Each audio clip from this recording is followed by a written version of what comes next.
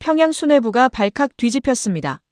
상위 1%의 삶을 누리던 엘리트 장교의 딸이 예식 당일 증발해 차가운 바다로 몸을 던진 것입니다.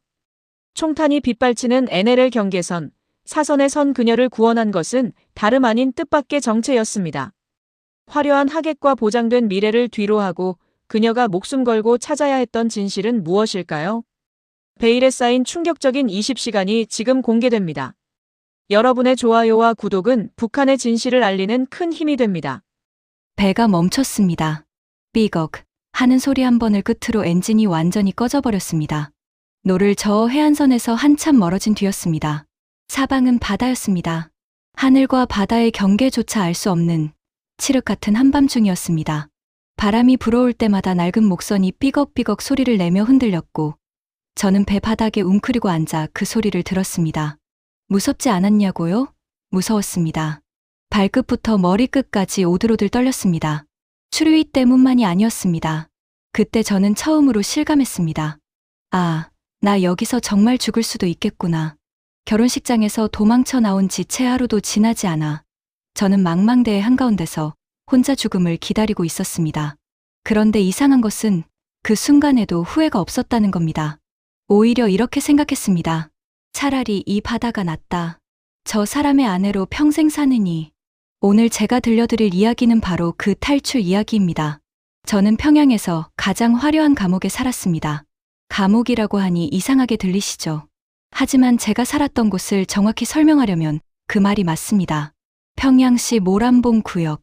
우리나라로 치면 서울 강남 중에서도 제일 좋은 동네 정도 됩니다. 배급은 끊기지 않았고 길도 넓었습니다. 북한에서 그런 동네에 사는 사람은 손에 꼽을 정도였습니다. 제 이름은 서채원입니다. 아버지 서종학은 특수부대 출신 교관이었습니다. 덕분에 굶지 않고 자랐습니다. 성적도 좋았고 발언도 잘했습니다. 18살에 당원 추천을 받았을 때 진심으로 기뻤습니다. 당을 위해 살겠다는 맹세, 그때는 정말이었습니다. 그 시절 여성 당원들한테는 누구나 우러러보는 사람이 한 명 있었습니다. 김여정이었습니다. 여러분도 뉴스에서 많이 보셨을 겁니다. 김정은 위원장의 친동생이자 당 선전선동부 부부장. 당 회의 때마다 저희는 그녀의 연설문을 손으로 베꼈었습니다. 그 말투를 배우고 그 눈빛을 흉내내라고 했습니다. 저도 열심히 따라했습니다. 언젠가 저도 저런 사람이 되어야겠다고 진심으로 생각했습니다. 그런데 결혼식 날 거울 앞에 혼자 앉아서야 깨달았습니다. 김여정의 그 흔들림 없는 눈빛이 강함이 아니었다는 걸. 당이 원하는 것만 남기고 자기 자신은 전부 비워버린 사람의 얼굴이었습니다. 저는 그 얼굴이 될 수 없었습니다. 26살 되던 해봄, 아버지가 저를 불렀습니다. 눈물도 흘리지 않고 창밖만 오래 바라보았습니다. 저는 그 침묵이 무슨 뜻인지 바로 알아들었습니다. 보이성 상장 강철준. 올해 60세. 그 사람의 세 번째 아내가 되라는 당의 결정이었습니다. 결혼식은 그해 5월이었습니다. 평양백화원 예식장에 400명 하객이 몰렸고 수만 송이 모란꽃이 천장까지 드리워졌습니다. 신부 대기실에 혼자 남겨진 저는 거울 속 제 얼굴을 바라보았습니다. 코르셋이 갈비뼈를 파고들어 숨쉬기도 어려웠습니다. 저 얼굴은 오늘부터 강철준의 소유가 된다. 그 생각이 들자 더 이상 앉아 있을 수 없었습니다. 저는 일어섰습니다. 거울 위에 빨간 립스틱으로 썼습니다. 찾지 마시오. 화장대 서랍 아래 숨겨진 공간을 열었습니다. 낡은 군용 인민복, 배낭, 지형지도, 아버지의 손글씨 메모. 아버지는 알고 있었습니다. 언젠가 이날이 올 것이라는 걸. 사회자 목소리가 들렸습니다. 신부 입장 준비를 해주시겠습니까? 눈을 감았습니다. 아버지 얼굴을 생각했습니다. 그리고 눈을 떴습니다. 손이 더 이상 떨리지 않았습니다. 처음 한 일은 드레스를 벗는 것이었습니다. 코르셋 끈이 등 뒤에서 수십 개의 매듭으로 묶여 있었습니다. 혼자서는 벗기 어렵게 만들어진 구조였습니다. 결혼이란 혼자 하는 것이 아니니까요. 저는 이를 악물고 손을 등 뒤로 돌려 닥치는 대로 끈을 잡아당겼습니다. 첫 번째 매듭이 끊어지면서 손가락 관절이 쩍 갈라지는 것 같은 통증이 왔습니다. 신음조차 내지 않았습니다. 두 번째, 세 번째. 끈이 하나씩 풀릴 때마다 코르셋이 느슨해졌고 얼마 지나지 않아 드레스는 쓸모없는 천 더미처럼 바닥에 주저앉았습니다. 속치마를 배낭에서 꺼낸 접이식 칼로 길게 잘라 발목에 칭칭 감았습니다. 신발 안쪽 살이 갯벌에서 제일 먼저 망가진다고 아버지 메모에 적혀 있었습니다. 2겹 3겹 감고 매듭지었습니다. 나머지 1000조각은 배낭에 밀어 넣었습니다. 무엇 하나 버리지 말라고 아버지는 메모에 적어두었습니다. 인민복을 입는 데는 1분도 걸리지 않았습니다. 짙은 카키색 천이 온몸을 덮었고 군용 벨트를 허리에 감아 조이자 어지간한 남자 병사와 구분하기 어려운 모습이 되었습니다. 저는 키가 작지 않은 편이었고 무엇보다 아버지가 어릴 때부터 몰래 가르쳐준 것들이 있었습니다. 어깨를 펴는 각도, 발을 딛는 방식, 시선을 두는 위치, 당원의 품위 뒤에 군인의 걸음걸이가 나란히 새겨져 있었습니다. 마지막이 화장이었습니다. 세면대 수도꼭지를 틀었습니다. 차가운 물이었습니다. 뜨거운 물을 기다릴 시간이 없었습니다.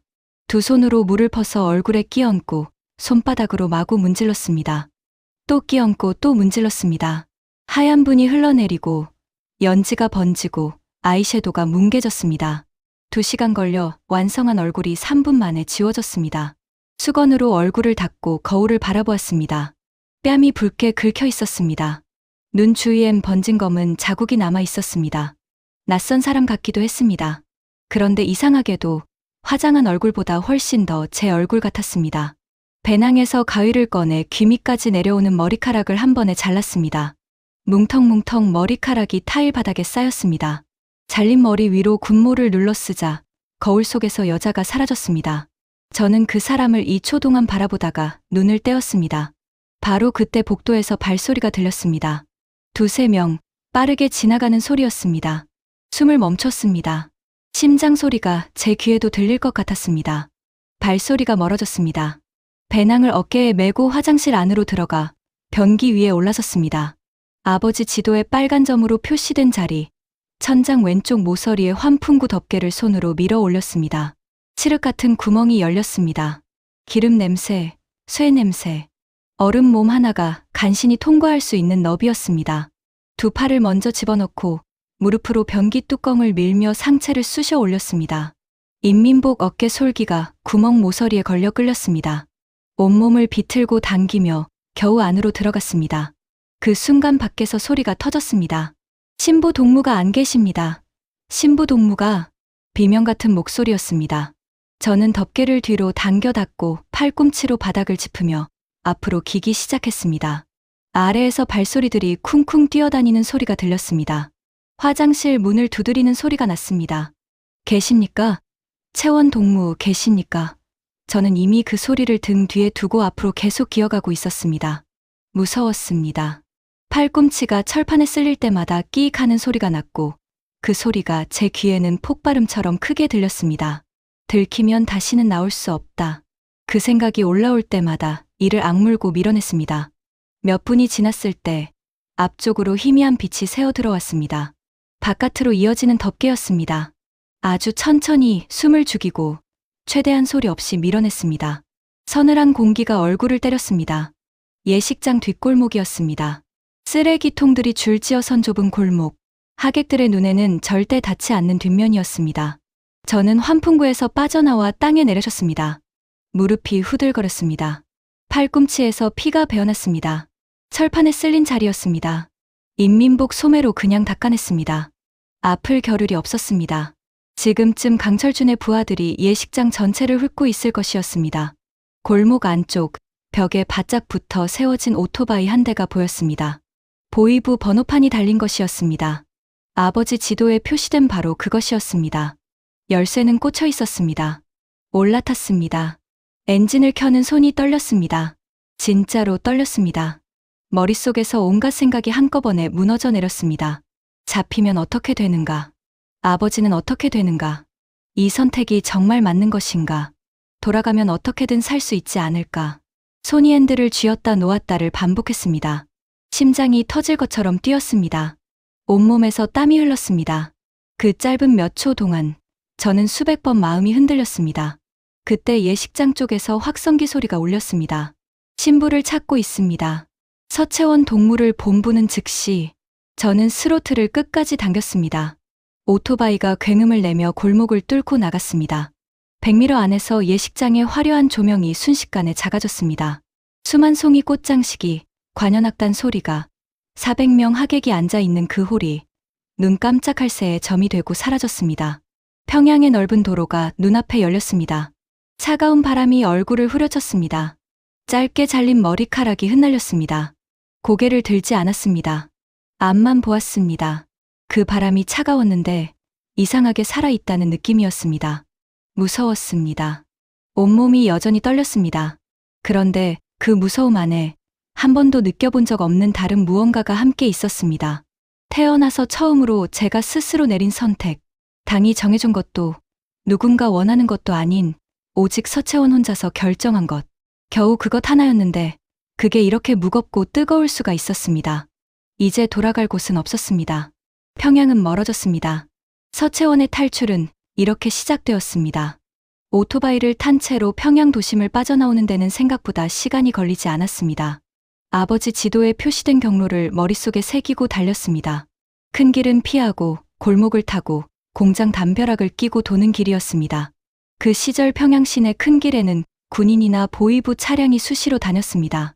낮에는 더 심했습니다. 저는 결혼식이 열리는 시간대라는 것을 이용했습니다. 예식장 근방의 경비 인력 상당수가 백화원 주변에 집중돼 있을 터였으니까요. 그 틈을 뚫고 달렸습니다. 평양 외곽으로 빠져나오자 길이 좁아졌습니다. 포장도 제대로 안 된 흙길이었습니다. 오토바이 바퀴가 웅덩이를 밟을 때마다 온몸이 들썩였습니다. 날은 점점 어두워졌습니다. 저는 불을 켜지 않았습니다. 불빛은 곧 위치를 알리는 신호가 되니까요. 앞이 보이지 않는 어둠 속을 손끝, 감각만으로 달렸습니다. 중간에 한 번 멀리서 트럭 헤드라이트가 보였습니다. 저는 즉시 오토바이를 길 옆 숲을 안으로 숨겼습니다. 엔진을 껐습니다. 트럭이 지나가는 동안 숲을 속에서 꼼짝도 않고 엎드렸습니다. 흙냄새가 코를 찔렀습니다. 풀벌레 소리가 들렸습니다. 트럭 불빛이 지나가고 엔진 소리가 멀어지고 그 소리가 완전히 사라질 때까지 기다렸습니다. 일어나 오토바이에 다시 올라타는 손이 흙투성이었습니다. 결혼식 날 미용사가 공들여 다듬어준 손이었는데 그 손으로 지금 흙 속을 뒤지고 있다는 생각을 잠깐 했습니다. 그러다가 그 생각을 밀어냈습니다. 지금은 그런 거 생각할 때가 아니었습니다. 그렇게 서너 시간을 달렸을 때 첫 번째 검문소가 나왔습니다. 여러분, 북한에서 검문소가 어떤 곳인지 아십니까? 우리나라 톨게이트 같은 그런 것이 아닙니다. 이동의 자유가 없는 나라에서 검문소는 곧 국경선이나 다름없습니다. 평양에서 지방으로 넘어가려면, 지방에서 다른 지방으로 가려면 반드시 통행증이 있어야 합니다. 그것도 그냥 종이 한 장이 아니라 누가 허가를 내줬는지, 어디서 어디로 가는지, 얼마 동안인지가 전부 적혀 있는 공식 문서여야 합니다. 그게 없으면 한 발짝도 못 움직입니다. 그 시절 북한에서는 말이죠. 저한테는 통행증이 있었습니다. 진짜가 아니라 가짜였지만요. 아버지가 특수부대 교관 시절 아는 사람을 통해 만든 것이었습니다. 겉으로 보기엔 그럴듯했습니다. 도장도 찍혀 있었고 용지도 관용 용지였습니다. 하지만 완벽하지는 않았습니다. 그것도 저는 알고 있었습니다. 첫 번째 검문소 초병은 젊었습니다. 아마 20살도 안 됐을 겁니다. 뺨이 홀쭉하게 패인 게 배를 많이 고른 얼굴이었습니다. 그 시절 하급 군인들은 다 그랬습니다. 간부들은 먹었지만 일반 병사들은 굶는 날이 더 많았습니다. 저는 그 얼굴을 보면서 오히려 마음을 가라앉혔습니다. 두려운 사람이 아니라 불쌍한 사람이라고. 그렇게 생각하니 목소리가 흔들리지 않았습니다. 상부 긴급 연락 임무 중이오. 통행증 확인하시오. 당원 시절 익혔던 그 목소리, 그 어조, 그 눈빛이었습니다. 거만하지도 않고 비굴하지도 않게 그냥 당연한 일을 하는 사람처럼 초병이 통행증을 받아 들고 훑어보았습니다. 저는 그 시간 동안 숨을 참았습니다. 심장은 뛰었지만 몸은 움직이지 않았습니다. 초병이 눈을 들어 제 얼굴을 보았습니다. 저는 그 눈을 피하지 않고 똑바로 받았습니다. 잠시 후 그가 통행증을 돌려주었습니다. 통과하시오. 저는 고개를 한번 끄덕이고 오토바이를 천천히 몰았습니다. 검문소를 완전히 벗어난 뒤에야 그제야 숨을 내쉬었습니다. 손이 핸들 위에서 떨렸습니다. 아무렇지 않은 척하면서 속으로는 심장이 목까지 올라와 있었습니다. 무서운 걸 안 무서운 척하는 것. 그게 사람을 가장 빨리 지치게 만듭니다. 두 번째, 세 번째 검문소도 넘었습니다. 아버지가 메모에 적어둔 방식이 먹혔고 당원 시절 몸에 익힌 태도가 먹혔습니다. 저는 점점 자신감이 생겼습니다. 어쩌면 이게 될 수도 있겠다. 그게 방심이었습니다. 황해남도에 접어들어 네 번째 검문소 앞에 섰을 때였습니다. 이번 초병은 달랐습니다. 나이가 있었습니다. 40대는 됐을 법한 눈매가 날카로운 하사관이었습니다. 그가 통행증을 받아들더니 앞뒤로 뒤집어가며 유심히 들여다보기 시작했습니다.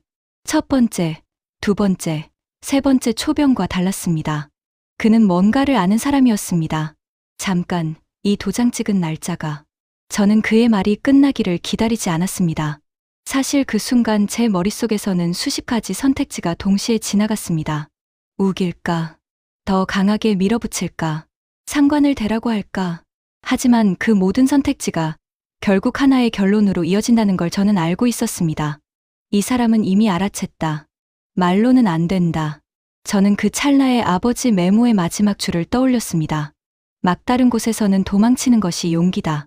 저는 오토바이 핸들을 꺾었습니다. 검문소 옆 비탈길로 방향을 틀었습니다. 뒤에서 호루라기 소리가 났습니다. 서라, 서. 저는 듣지 않았습니다. 비탈을 내려가는 오토바이가 덜컹거리고 뒤틀렸습니다. 앞바퀴가 돌부리에 걸려 거의 넘어질 뻔했습니다. 엉덩이로 버티고 핸들을 꺾어 겨우 균형을 잡았습니다. 그 아래는 강이었습니다. 오토바이를 버렸습니다. 비탈 중턱에 세워두고 나머지는 두 발로 뛰었습니다. 잡목 사이를 헤치고 가시덤불을 뚫고 미끄러지고 구르면서 강가로 내려갔습니다. 뒤에서 불빛이 비탈을 훑기 시작했습니다. 서치라이트였습니다. 이미 무전이 갔을 것이었습니다. 시간이 없었습니다. 강가에 도착했을 때 강폭을 가늠했습니다. 넓지 않았습니다. 20m 남짓. 하지만 유속이 빨랐습니다. 산에서 내려오는 물이라 차갑기도 할 것이었습니다. 그때가 5월 초였습니다. 아직 물이 녹지 않은 봄이었습니다. 뒤에서 발소리가 점점 가까워졌습니다. 저는 강으로 뛰어들었습니다. 물이 온몸을 칼처럼 베었습니다. 차갑다는 표현이 맞지 않을 정도였습니다. 그냥 아팠습니다. 온몸의 피부가 한꺼번에 바늘에 찔리는 것 같았습니다. 숨을 쉬려고 하면 가슴이 수축해서 공기가 들어오지 않았습니다. 두 팔을 저었습니다. 다리를 찼습니다. 인민복이 물을 먹으면서 무거워졌습니다. 배낭이 등에서 끌어당겼습니다. 한쪽으로 쓸려가면서도 계속 팔을 저었습니다. 강 건너편 돌밭에 손이 닿았을 때 저는 그 냉기 속에서 제가 아직 살아있다는 것을 확인했습니다. 온몸을 끌어당겨 강가로 기어 올라가 엎드렸습니다. 이 악물고 기침을 참았습니다. 뒤쪽 강가에서 서치라이트가 강 위를 훑었습니다. 저는 돌밭에 납작하게 엎드린 채 숨을 죽였습니다. 빛이 지나갔습니다. 어둠이 다시 내려앉았습니다. 저는 그제야 천천히 고개를 들었습니다. 이가 딱딱 부딪혔습니다. 손끝이 감각이 없었습니다. 배낭이 물을 먹어 어깨를 짓눌렀습니다. 아버지의 메모가 들어있는 방수 주머니가 무사한지 손을 넣어 확인했습니다. 다행이었습니다. 젖지 않았습니다.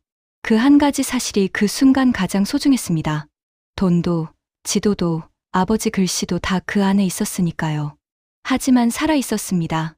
그리고 강은 건넜습니다. 일어섰습니다. 그리고 다시 걸었습니다. 강을 건너고 이틀이 지났습니다. 그 이틀 동안 저는 제대로 자지 못했습니다. 낮에는 움직이지 않고 숨었습니다. 수풀 속에 웅크리거나 폐가 처마 밑에 몸을 숨기거나 옥수수밭 고랑 사이에 납작 엎드려 있었습니다. 밤에만 움직였습니다. 별을 보며 방향을 잡고 아버지가 메모에 적어준 지형지물을 하나씩 찾으며 나아갔습니다.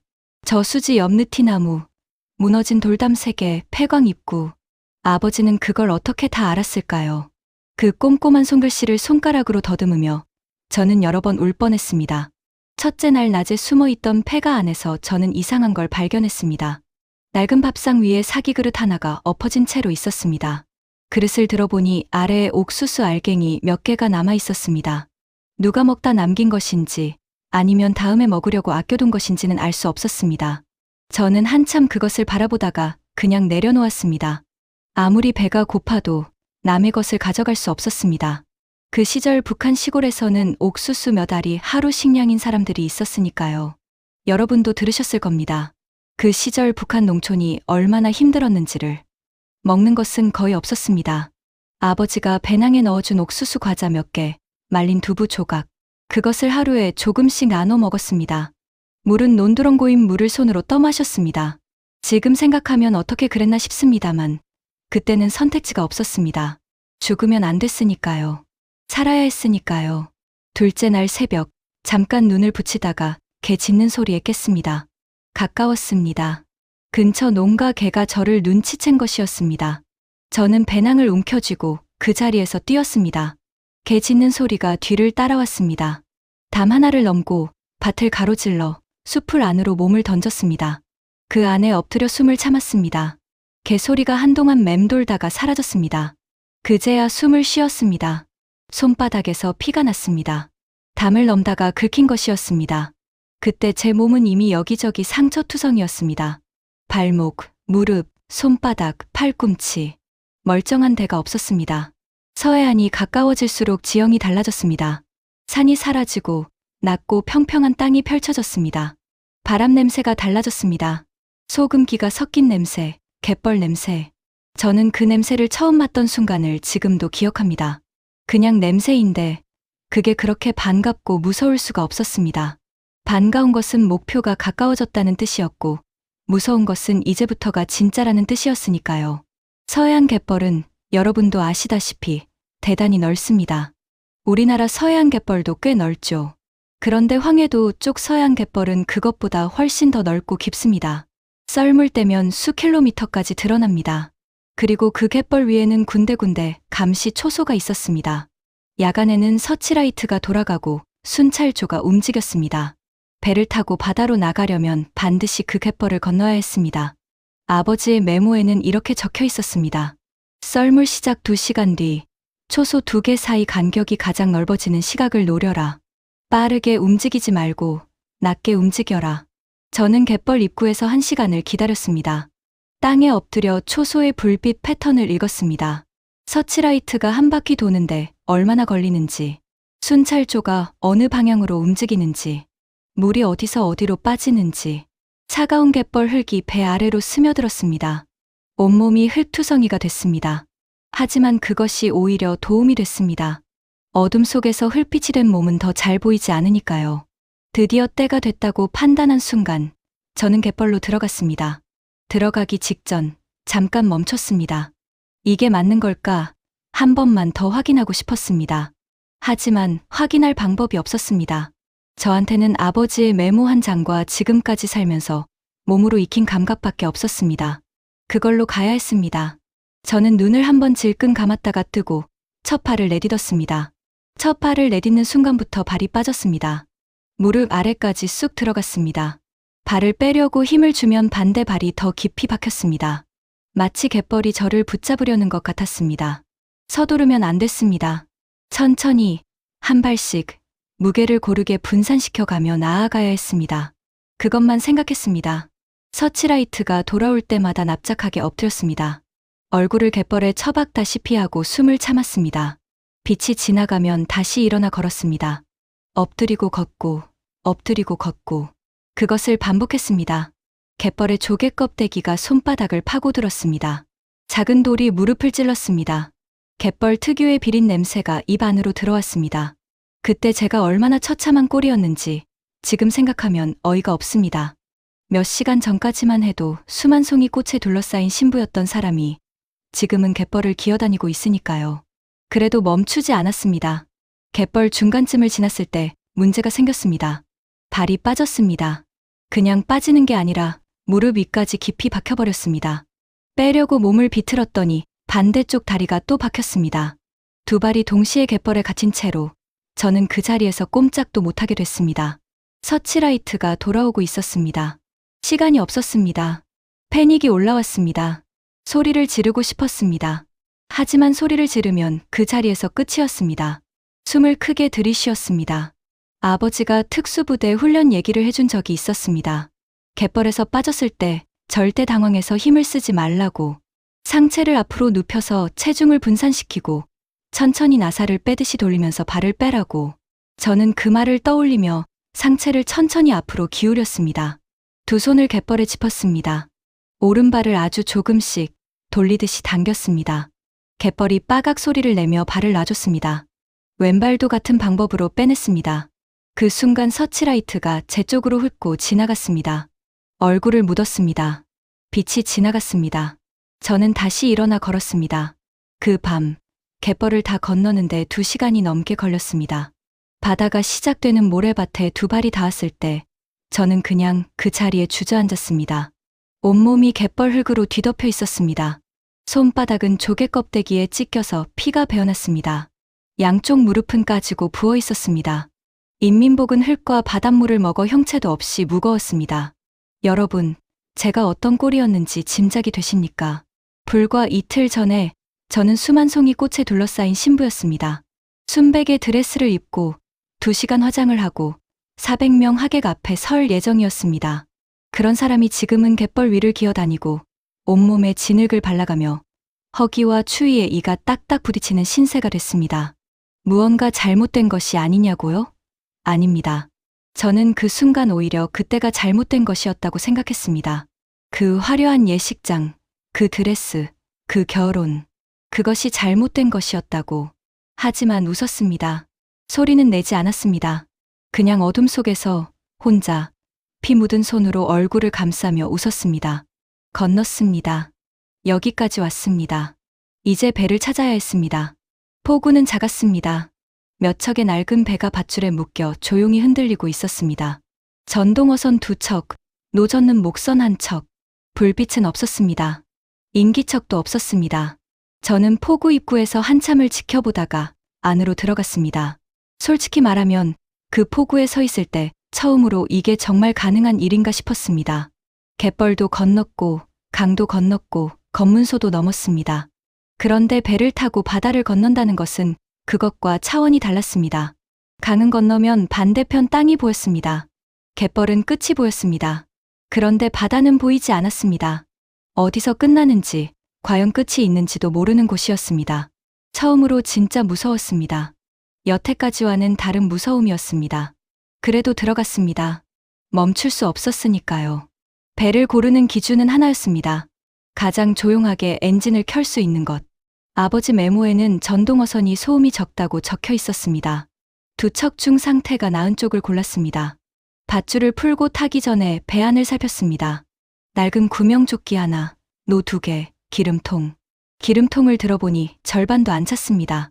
아버지의 메모에는 기름이 충분치 않을 수 있다고, 그럴 경우 최대한 멀리 나간 뒤 엔진을 끄고 조류에 맡기라고 적혀 있었습니다.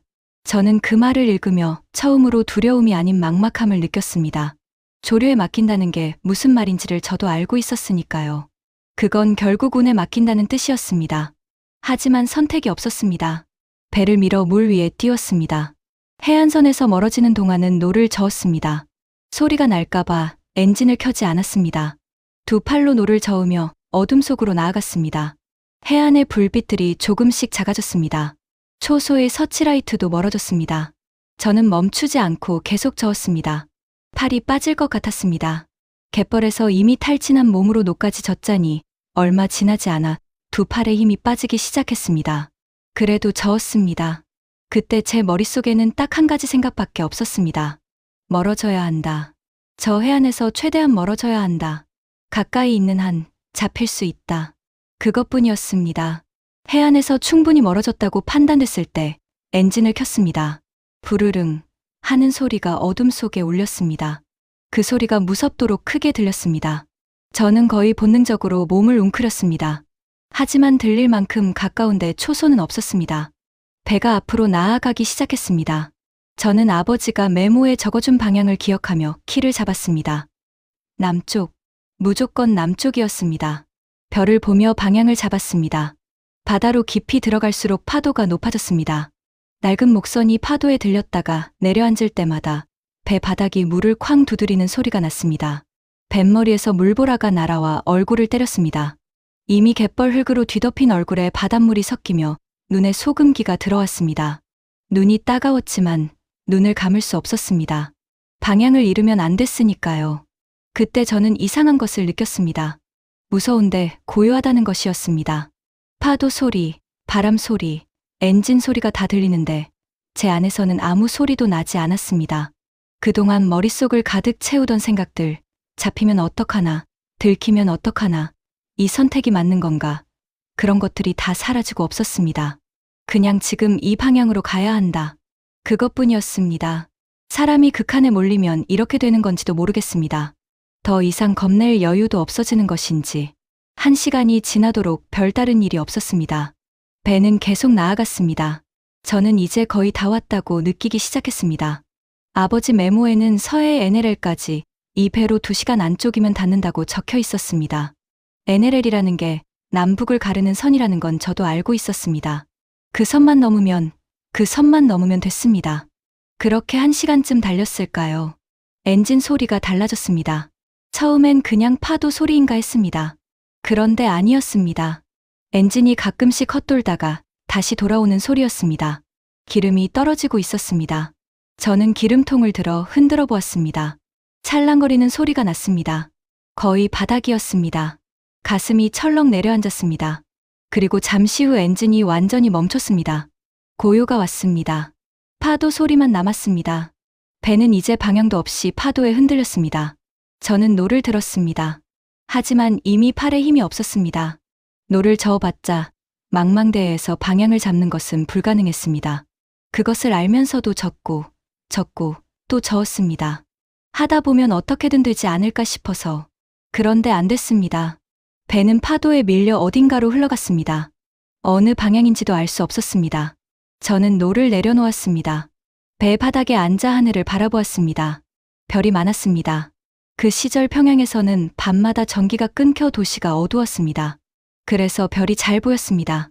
어릴 때 아버지랑 옥상에 올라가 별을 본 기억이 났습니다. 아버지가 저 별이 북극성이라고, 저걸 기준으로 방향을 잡는 거라고 가르쳐 주었습니다. 그 아버지가 이 지도를 만들고 이 배낭을 준비하고 딸이 탈출할 수 있도록 할 수 있는 걸 다 해두었습니다.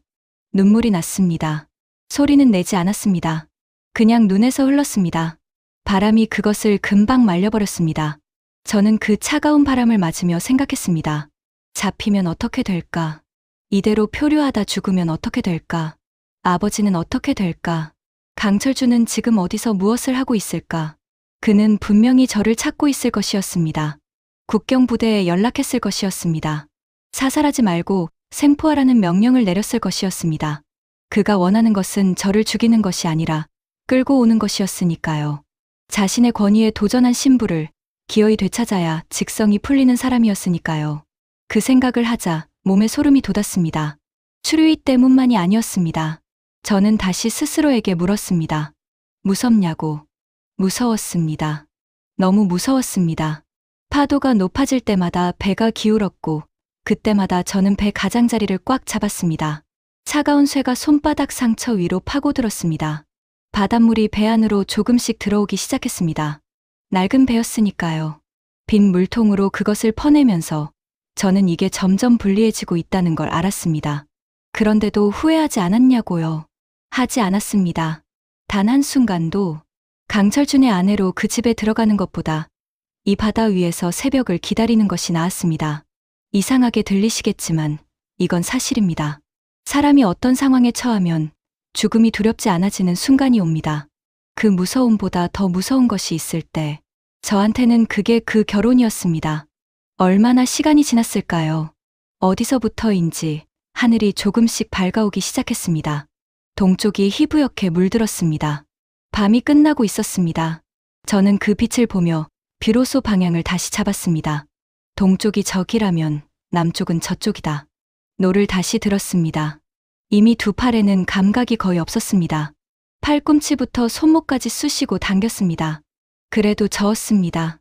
아주 느리게, 아주 조금씩 남쪽으로 방향을 잡으며 저었습니다. 멈추면 안 됐으니까요. 살아있는 사람은 뭔가를 해야 했습니다. 그냥 앉아서 기다리다가 죽을 수는 없었습니다. 그때였습니다. 멀리서 엔진 소리가 들렸습니다.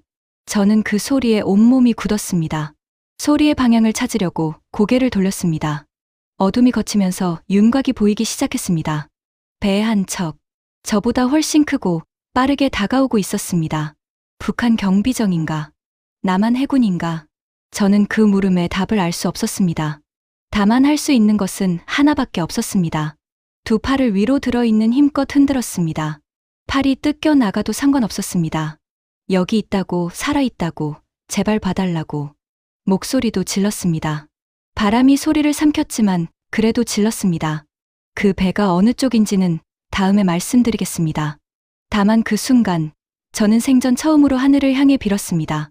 제발, 제발 남쪽이기를. 배가 다가왔습니다. 엔진 소리가 점점 커졌습니다. 저는 두 팔을 계속 흔들었습니다. 온 힘을 다해 흔들었습니다. 팔이 떨어져 나가도 상관없었습니다. 살아있다는 것을, 여기 있다는 것을 알려야 했습니다. 저한테는 그것밖에 할 수 있는 것이 없었습니다. 노는 이미 힘이 없어 젓지 못했고, 엔진은 꺼졌고, 배는 파도에 흔들리고 있었습니다. 그냥 흔들었습니다. 그런데 배가 가까워질수록 그 윤곽이 어둠 속에서 서서히 드러날수록 저는 두 팔을 천천히 내렸습니다. 북한 경비정이었습니다. 선체 옆면에 그어진 붉은 줄이 새벽빛 속에서 보였습니다. 저는 그 순간 아무 생각도 들지 않았습니다. 두렵다거나 억울하다거나 그런 감정보다 그냥 하얗게 비는 느낌이었습니다. 머릿속이 텅 빈 것처럼요. 이게 끝이구나. 그 생각만 들었습니다. 경비정이 제 목선 쪽으로 방향을 틀었습니다. 확성기 소리가 울렸습니다. 이쪽 배, 멈추시오. 물 위에 멈춰 있는 배한테 멈추라고 하는 게 우습기도 했습니다. 저는 그 자리에 앉은 채로 가만히 생각했습니다. 어떻게 할 것인가? 선택지는 두 가지였습니다. 그냥 잡히거나 아니면 바다로 뛰어들거나. 잡히면 강철준한테 끌려갑니다. 그건 알고 있었습니다. 사살하지 말고 생포하라는 명령이 떨어졌을 것이었으니까요. 끌려가면 어떻게 되는지는 생각하기도 싫었습니다. 강철준은 자신의 권위에 도전한 사람을 그냥 두는 사람이 아니었습니다. 결혼식 당일 도망친 신부를 기어이 되찾아야 직성이 풀리는 사람이었습니다. 그 사람 앞에 끌려가는 것은 그냥 죽는 것보다 더 무서운 일이었습니다. 그러면 뛰어들면 어떻게 되는가? 죽을 수 있었습니다. 이 차가운 바다에서 아무것도 없이 혼자.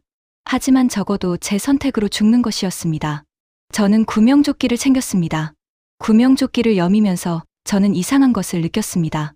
손이 떨리지 않았습니다. 아까 오토바이 핸들을 잡을 때, 그리고 강물로 뛰어들 때 저는 손이 떨렸습니다. 무서웠으니까요. 그런데 지금은 떨리지 않았습니다. 오히려 침착했습니다. 이미 할 수 있는 것을 다 해본 사람의 침착함이었습니다. 더 이상 잃을 것이 없는 사람은 이래서 무서운 것인지도 모르겠습니다. 경비정이 점점 가까워졌습니다. 확성기 소리가 다시 울렸습니다. 이쪽 배, 도주하면 사격한다. 저는 그 소리를 들으며 생각했습니다. 도주라는 말이 우습다고. 배는 이미 멈춰 있고, 저는 바다 한가운데 있고, 어디로 도주를 한다는 것인지. 하지만 그것은 그 사람들이 할 수 있는 최선의 협박이었겠죠. 저는 그것을 알면서도 두렵지 않았습니다. 두렵지 않다는 것이 오히려 이상했습니다. 무섭지 않은 게 아니라 무서움보다 더 강한 것이 생겼다는 것. 그게 자유를 향한 마지막 의지였는지는 모르겠습니다. 경비정이 제 배에 바짝 붙기 직전이었습니다. 저는 배 가장자리에 서서 바다를 내려다보았습니다. 새벽 서해 바다는 어두웠습니다. 깊이를 알 수 없었습니다. 경비정에서 군인 하나가 갈고리를 들어 제 배 쪽으로 던지려는 것이 보였습니다. 저는 그 순간 구명조끼를 꽉 여미고 바다로 뛰어들었습니다. 물이 온몸을 덮쳤습니다. 차가웠습니다. 강물보다 훨씬 더 차가웠습니다. 짠물이 입 안으로 밀려 들어왔습니다. 구명조끼가 저를 수면 쪽으로 밀어 올렸습니다. 물 밖으로 얼굴이 나왔을 때 위에서 고함 소리가 들렸습니다. 경비정에서 군인들이 소리치고 있었습니다. 저는 방향을 잡을 수가 없었습니다. 그냥 물을 차고 멀어졌습니다. 어디로 가는지도 모르면서 그냥 저 배에서 멀어지는 것만 생각했습니다. 그때 총성이 들렸습니다. 탕 하는 소리였습니다. 한 발이었습니다. 저는 본능적으로 물속으로 몸을 눕혔습니다. 경고 사격이었는지 조준 사격이었는지는 알 수 없었습니다. 물속에서 눈을 떴지만 아무것도 보이지 않았습니다. 짠물이 눈을 찔렀습니다. 폐가 타들어갔습니다. 숨을 참을 수 없어서 다시 수면으로 올라왔습니다. 경비정이 움직이고 있었습니다. 제 쪽으로 다가오고 있었습니다. 스크루 소리가 물속을 통해 들렸습니다. 저는 다시 물속으로 들어가려 했습니다. 그런데 몸이 말을 듣지 않았습니다. 팔다리가 얼어가고 있었습니다. 이틀간 갯벌을 기고 노를 젓고 강을 건넌 몸이었습니다. 더 이상 버틸 힘이 없었습니다. 저는 물 위에 누운 채 하늘을 바라보았습니다. 새벽 하늘이었습니다. 조금씩 밝아오고 있었습니다. 그 빛이 이상하게 아름다웠습니다. 이렇게 죽는구나 생각하면서도 그 하늘이 예쁘다는 것을 느꼈습니다. 사람이 죽을 때가 되면 이런 것들이 보인다는 말이 있죠. 평소엔 보이지 않던 것들이 저는 그 말이 맞는 것 같다고 느꼈습니다. 아버지 얼굴이 떠올랐습니다. 그리고 이상하게 그 순간은 무섭지 않았습니다. 다 했다는 생각이 들었습니다. 할 수 있는 건 다 했다. 도망쳤고, 강을 건넜고, 갯벌을 기어서 건넜고, 배를 타고 바다로 나왔습니다. 잡히더라도 그것만큼은 아무도 빼앗아 갈 수 없었습니다. 그런데 그때였습니다. 경비정 엔진 소리 옆으로 다른 엔진 소리가 섞이기 시작했습니다. 처음엔 착각인 줄 알았습니다. 하지만 아니었습니다. 분명히 다른 방향에서 다른 배가 오고 있었습니다. 소리가 달랐습니다. 더 크고, 더 빠르고, 더 낮은 소리였습니다. 저는 눈을 떴습니다. 안개가 끼기 시작한 새벽 바다 위로 어둠 속에서 큰 선체 하나가 빠르게 다가오는 것이 보였습니다. 북한 경비정도 그것을 본 것 같았습니다. 경비정이 속도를 줄이더니 방향을 바꾸기 시작했습니다. 확성기 소리가 멈췄습니다. 새로 나타난 배가 경비정과 저 사이로 끼어들듯이 방향을 잡았습니다. 그리고 그 배 쪽에서 확성기가 울렸습니다. 한국어였습니다. 분명한 한국어였습니다. 저는 그 말을 듣는 순간 온몸에서 힘이 빠졌습니다. 구명조끼의 의지에 물 위에 떠 있는 채로 저는 그 목소리가 어디서 나는지도 모르면서 그냥 물을 바라보았습니다. 눈에서 무언가 흘렀습니다. 바닷물인지 눈물인지 구분이 안 됐습니다. 짠맛이었습니다. 어느 쪽이든 짠맛이었습니다. 저는 다시 두 팔을 들었습니다. 마지막 힘을 모아서 흔들었습니다. 여기 있습니다. 저 여기 있습니다. 소리를 질렀지만 목소리가 나오지 않았습니다. 그냥 입만 열렸다 닫혔다 했습니다. 어두운 바다 위에서 혼자 팔을 흔드는 사람이 과연 저 배에서 보일지 알 수 없었습니다. 그런데 보였습니다. 배가 제 쪽으로 방향을 틀었습니다. 가까워졌습니다. 갑판 위에서 누군가 밧줄을 던졌습니다. 저는 그것을 잡았습니다. 차갑고 두꺼운 밧줄이었습니다. 두 손이 감각이 없어서 제대로 잡히는지도 몰랐습니다. 하지만 놓지 않았습니다. 끌어올려지는 동안 배 가장자리에 팔꿈치가 걸리고 온몸이 쓸리는 동안 저는 그 밧줄을 놓지 않았습니다. 갑판 위에 떨어졌습니다. 누군가 두꺼운 담요를 어깨에 덮어주었습니다. 따뜻했습니다. 그 온기가 너무 낯설어서 저는 그 자리에서 정신을 잃었습니다. 정신을 잃기 직전 딱 한 가지가 보였습니다. 갑판 위에서 저를 내려다보는 젊은 군인의 얼굴이었습니다. 한국 해군 군복을 입은 얼굴. 무언가를 말하고 있었는데 소리가 들리지 않았습니다. 그 입 모양을 읽으려고 눈을 크게 뜨려 했지만 눈꺼풀이 말을 듣지 않았습니다. 그냥 감겼습니다. 그래도 괜찮았습니다. 저를 내려다보는 그 눈빛이 적이 아니라는 걸 알았으니까요. 그것만으로 충분했습니다. 나중에 안 일이지만 그 해군 고속정은 서해 NLL 부근에서 레이더에 미확인 물체가 잡혀 확인하러 나온 것이었습니다. 처음엔 그냥 표류하는 쓰레기나 어구일 거라고 생각했다고 합니다. 그런데 가까이 가보니 사람이 팔을 흔들고 있었다고요. 그 팔짓이 보이지 않았다면, 제가 이미 기력이 없어 팔을 내리고 있었다면 어떻게 됐을지는 생각하기 싫습니다. 살아있는 것은 결국 그 몇 초의 차이였습니다. 그리고 그 몇 초 동안 끝까지 팔을 흔든 저 자신 덕분이었습니다. 저는 그 사실을 잊지 않으려 합니다. 포기하지 않는 것이 결국 살아남는 방법이라는 것을. 그리고 그것은 탈출할 때뿐 아니라 이 땅에 발을 딛고 새로 시작할 때도 똑같이 필요한 것이었습니다. 정신이 들었을 때는 좁은 방 안이었습니다. 흰 천장이 보였습니다. 흔들리고 있었습니다. 배 안이었습니다. 몸 위에 두꺼운 담요가 덮여 있었고 옆에 난로가 있었습니다. 저는 한동안 그 천장을 바라보았습니다. 여기가 어딘가, 내가 살아있는가, 그 두 가지를 먼저 확인했습니다. 살아있었습니다. 그리고 흔들리고 있었습니다. 배가 움직이고 있다는 뜻이었습니다. 어느 방향으로 가는지는 알 수 없었습니다. 몸은 뼛속까지 차가웠습니다. 담요를 덮고 있었는데도 이가 딱딱 부딪혔습니다. 손가락을 움직여 보려 했더니 반응이 없었습니다. 발도 마찬가지였습니다. 통증도 없었습니다. 그냥 없는 것 같았습니다. 그 감각 없음이 오히려 무서웠습니다. 아프면 살아있다는 뜻이니까요. 아프지 않다는 건 그만큼 심하다는 뜻이었습니다. 문이 열리고 군복을 입은 사람이 들어왔습니다. 한국 해군이었습니다.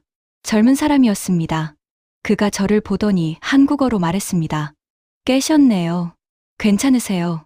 저는 그 말을 듣고서야 아, 진짜구나 싶었습니다. 꿈이 아니었습니다. 저 북한에서 왔습니다. 제가 먼저 그 말을 했습니다. 그 말밖에 할 수 없었습니다. 그 군인이 알고 있다는 듯 고개를 끄덕였습니다. 걱정하지 마시라고 했습니다. 우선 몸을 따뜻하게 하라고 했습니다. 저는 다시 담요 속으로 들어갔습니다. 그리고 그냥 울었습니다. 소리도 없이 이유도 정확히 모르면서 그냥 눈물이 흘렀습니다. 왜 울었는지는 지금도 딱 잘라 말하기 어렵습니다. 무사해서였는지, 무서웠던 것이 풀려서였는지, 아니면 아버지 생각이 나서였는지, 아마 다 조금씩이었던 것 같습니다. 그냥 그렇게 울었습니다. 한참을. 울면서 저는 한 가지 생각을 했습니다. 결혼식장에서 거울에 써놓고 나온 그 네 글자가요. 찾지 마시오. 그게 지금 생각하면 우습기도 합니다. 제가 무슨 배짱으로 그런 걸 썼나 싶기도 하고요. 하지만 그 순간에는 그것이 제가 할 수 있는 가장 솔직한 말이었습니다. 찾지 마시오. 저는 제 길을 갑니다. 그 마음이었습니다. 결국 여기까지 왔습니다. 그것이 기적인지 운인지 제가 죽도록 버틴 덕인지는 모르겠습니다. 아마 셋하겠죠. 배가 항구에 닿은 것은 그날 오전이었습니다. 저는 들것에 실려 내려졌습니다. 손발에 동상 초기 증세가 있었고 탈수와 저체온이 겹친 상태였습니다. 병원에서 며칠을 보냈습니다. 첫날은 거의 내내 잠들었습니다. 깨면 자고 깨면 자고 몸이 그동안 쌓인 것들을 한꺼번에 내려놓는 것 같았습니다. 간호사분이 따뜻한 물을 가져다 주셨습니다. 저는 그 물컵을 두 손으로 감싸 쥐고 한참 앉아 있었습니다. 뜨겁지도 않은 미지근한 물이었는데 그게 그렇게 좋을 수 없었습니다. 병원에서 몸이 조금 회복된 뒤에는 국가정보원 쪽에서 나온 분들이 이런저런 이야기를 들었습니다. 어디서 왔는지, 어떻게 나왔는지, 북에 있을 때 무슨 일을 했는지. 저는 아는 것은 다 말했습니다. 숨길 것도 없었습니다. 당원이었다는 것도, 결혼 명령을 받았다는 것도, 아버지가 도와줬다는 것도 다 말했습니다. 그분들은 특별히 놀라는 기색 없이 기록을 했습니다. 아마 저와 비슷한 사연을 가진 분들을 많이 만나셨겠죠. 그 과정에서 한 가지 확인한 것이 있었습니다. 강철준이 저를 찾기 위해 국경부대에 특별 명령을 내렸다는 것이었습니다. 사살 금지, 생포 명령. 예상했던 대로였습니다. 그리고 그 경비정이 저한테 접근한 것도 우연이 아니었습니다. 서해 쪽에 미확인 소형 선박 신호가 잡혔고 그것을 추적한 것이었습니다. 조금 더 늦게 대한민국 해군이 도착했다면 어떻게 됐을지 저는 지금도 그 생각을 가끔 합니다. 몸이 어느 정도 회복된 뒤에는 하나원으로 갔습니다. 하나원이 어떤 곳인지 모르시는 분들을 위해 설명드리면 탈북하신 분들이 남한에 정착하기 전에 적응 교육을 받는 곳입니다. 한국 사회가 어떻게 돌아가는지, 은행 계좌는 어떻게 만드는지, 버스는 어떻게 타는지 그런 것들을 배우는 곳이었습니다. 경기도 안성에 있는데 넓고 조용한 곳이었습니다. 그곳에서 저는 처음으로 아무것도 쫓기지 않고 하루를 보냈습니다. 저는 그곳에서 처음으로 자유롭게 밥을 먹었습니다. 먹고 싶은 것을 골라서 먹고 싶은 만큼 먹고 싶을 때. 당연한 일이 당연하지 않았습니다. 식판을 들고 서서 반찬을 고르는데 손이 떨렸습니다. 눈물이 날 것 같았습니다. 밥 한 끼 앞에서 그러면 좀 우습지 않냐고 생각하실 수도 있습니다. 하지만 그게 그랬습니다. 그 작은 선택 하나가 북에서는 없었던 것이었으니까요.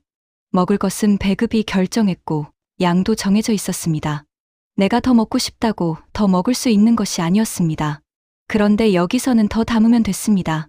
그냥 숟가락으로 덮어서 담으면 됐습니다. 그게 그렇게 낯설었습니다. 하나원에서 다른 탈북하신 분들을 처음 만난 것도 그때였습니다. 다양한 분들이 계셨습니다. 함경도에서 오신 분, 양강도에서 오신 분, 저처럼 평양 출신인 분도 계셨습니다. 저마다 사연이 달랐습니다. 두만강을 건너 중국을 거쳐 오신 분들도 있었고 저처럼 바다로 나온 분도 드물게 계셨습니다. 그분들 이야기를 들으면서 저는 제가 얼마나 운이 좋았는지를 실감했습니다. 훨씬 더 긴 시간을, 훨씬 더 험한 길을 거쳐 오신 분들이 많았으니까요. 몇 년씩 중국에서 숨어 지내다 오신 분도 있었습니다. 그분들과 밥을 먹고 이야기를 나누고 같이 교육을 받으면서 저는 처음으로 같은 처지의 사람들 사이에 있다는 느낌을 받았습니다. 남쪽에 와서도 한동안은 늘 혼자인 것 같은 기분이었거든요. 말은 통하는데 어딘가 달랐습니다. 경험한 것이 달랐으니까요. 그런데 그분들 사이에서는 달랐습니다. 말하지 않아도 아는 것들이 있었습니다. 밥을 먹다가 누군가 눈물을 훔쳐도 아무도 이상하게 보지 않았습니다. 다들 알고 있었으니까요. 그 편안함이 참 고마웠습니다. 하나원을 나온 뒤 처음 혼자 마트에 간 날을 지금도 기억합니다. 과일 코너에 사과가 산처럼 쌓여 있었습니다. 배도, 포도도, 수박도 그냥 쌓여 있었습니다.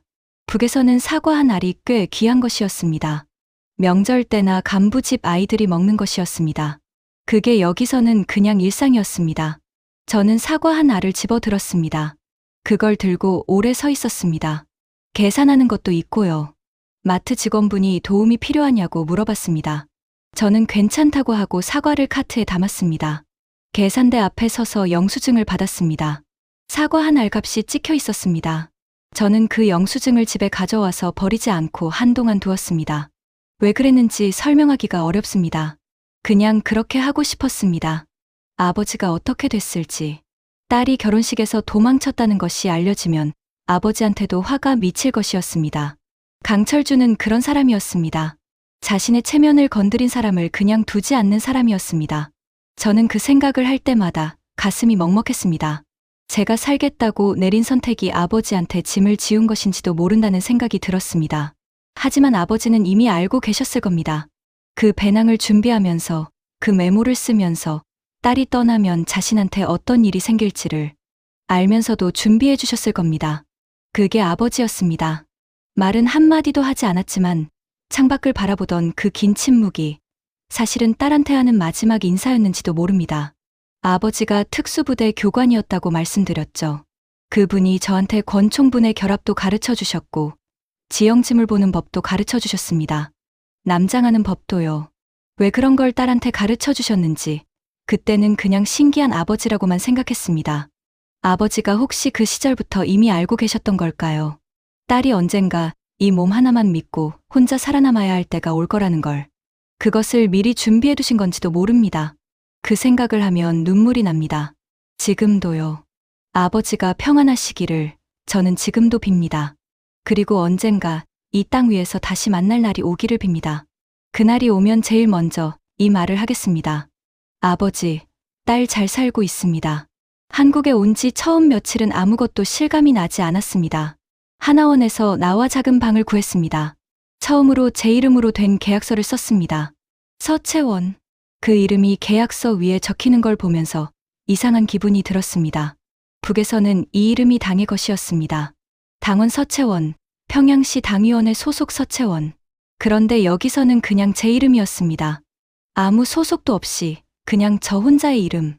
방 안에 혼자 앉아 있을 때 처음으로 느꼈습니다. 조용하다는 것을. 북에 있을 때는 늘 무언가가 있었습니다. 당 회의, 사상 교육, 결의 발언, 조직 생활. 혼자인 시간이 없었습니다. 아니, 혼자 있을 수 있는 시간이 없었다고 하는 편이 더 맞겠습니다. 그런데 이 방에서는 아무것도 없었습니다. 누가 시키는 것도 없고, 어디 나가야 하는 것도 없고, 뭔가를 맹세해야 하는 것도 없었습니다. 그냥 조용했습니다. 그 조용함이 처음엔 오히려 무서웠습니다. 한국 생활에서 처음으로 놀란 것들을 여러분께 말씀드리면 아마 웃으실 겁니다. 편의점이었습니다. 자정이 넘어서 밖에 나갔다가 편의점 불빛을 보고 멈췄습니다. 환하게 불이 켜져 있었습니다. 저는 안으로 들어갔습니다. 진열대에 물건이 가득했습니다. 과자, 음료, 도시락, 빵. 그것도 새벽 1시에 저는 그 진열대 앞에서 한참 서 있었습니다. 북에서는 낮에도 가게에 물건이 없는 날이 많았습니다. 배급이 끊기면 장마당, 즉 우리나라 재래시장 같은 데서 겨우 구해야 했습니다. 그런데 여기는 새벽에도 이렇게 넘쳐났습니다. 이게 같은 민족이 사는 나라가 맞는가? 그 생각이 들었습니다. 마트도 그랬습니다. 처음 대형 마트에 들어갔을 때 저는 입구에서 한동안 움직이지 못했습니다. 과일 코너에 사과가 산처럼 쌓여 있었습니다. 배도, 포도도, 수박도 그냥 쌓여 있었습니다. 북에서는 사과 한 알이 꽤 귀한 것이었습니다. 명절 때나 간부집 아이들이 먹는 것이었습니다. 그게 여기서는 그냥 일상이었습니다. 저는 사과 한 알을 집어 들었습니다. 그걸 들고 오래 서 있었습니다. 계산하는 것도 있고요. 마트 직원분이 도움이 필요하냐고 물어봤습니다. 저는 괜찮다고 하고 사과를 카트에 담았습니다. 계산대 앞에 서서 영수증을 받았습니다. 사과 한 알 값이 찍혀 있었습니다.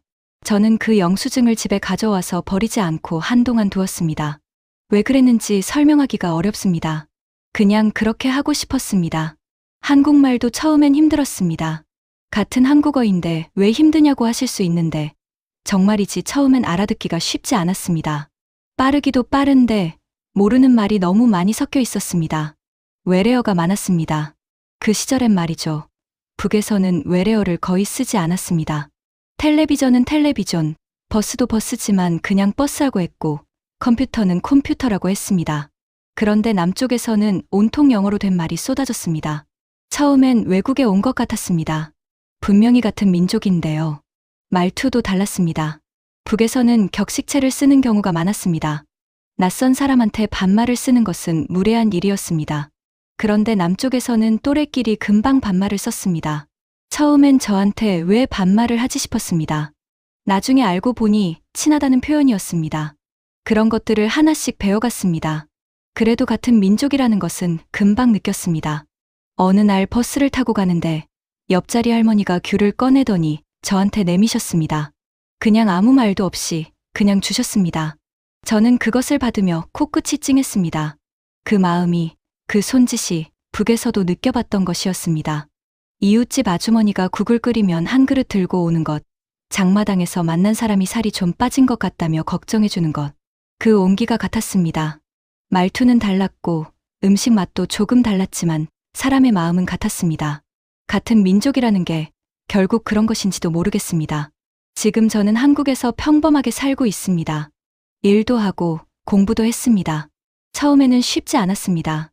학력을 인정받는 것도 취업하는 것도 생각보다 복잡했습니다. 이력서에 무엇을 쓰나 싶었습니다. 북한 당위원회 소속 당원이라고 쓸 수도 없는 노릇이었습니다. 처음에는 그냥 아무것도 없는 사람처럼 시작해야 했습니다. 그게 서럽기도 했습니다.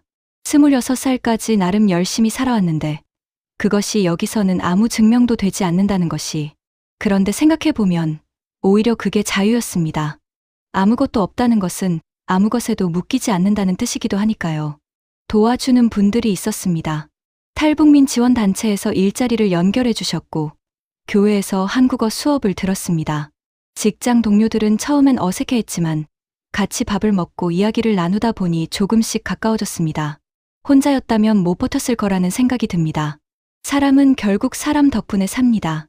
그것은 북쪽이나 남쪽이나 다르지 않았습니다. 가끔 북에 두고 온 것들을 생각합니다.